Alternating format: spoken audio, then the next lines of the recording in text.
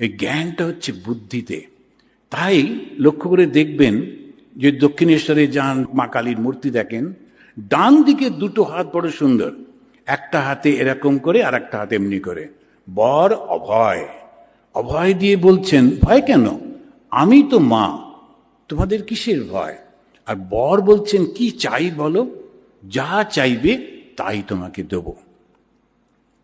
কিন্তু ওই মায়েরই বাঁ হাত দুটো অন্যরকম, একটা হাতে খড়গ ধরে আছেন আর একটা হাতে একটা কাটা মুন্ড, একদম অন্যরকম। এই ডান দিকে একরকম, বাঁ দিকে একরকম।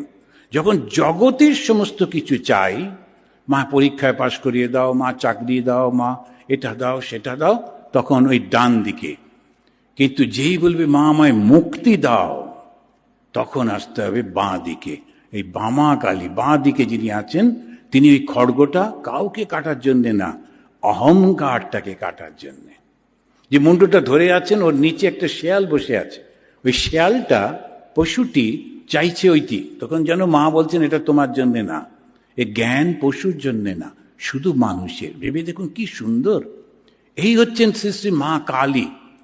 আর ওই জ্ঞানের সঙ্গে সঙ্গে তার কোমর থেকে ঝুলছে মানুষের হাত, কেননা জ্ঞানের সঙ্গে কর্ম সংযুক্ত হলেই সৃষ্টি। শুধু জ্ঞান সৃষ্টি করতে পারে না, শুধু কর্ম জ্ঞানহীন কোনো কিছু হয় না। সেই জন্যই দুটোর সমন্বয়ে শ্রী শ্রী মা। আর তিনি হচ্ছেন প্রকৃতি, এত বড়, তাকে ঢাকবো কি করে, তার থেকে বড় তো আর কিছু নেই, ওই জন্য তাঁর বসন নেই। আর এই মা কালীকে ভগবান শ্রীরামকৃষ্ণ পুজো করছেন যাতে জ্ঞানের উন্মেষ হয়। শক্তি হচ্ছে সেই জ্ঞান। Download ShareChat.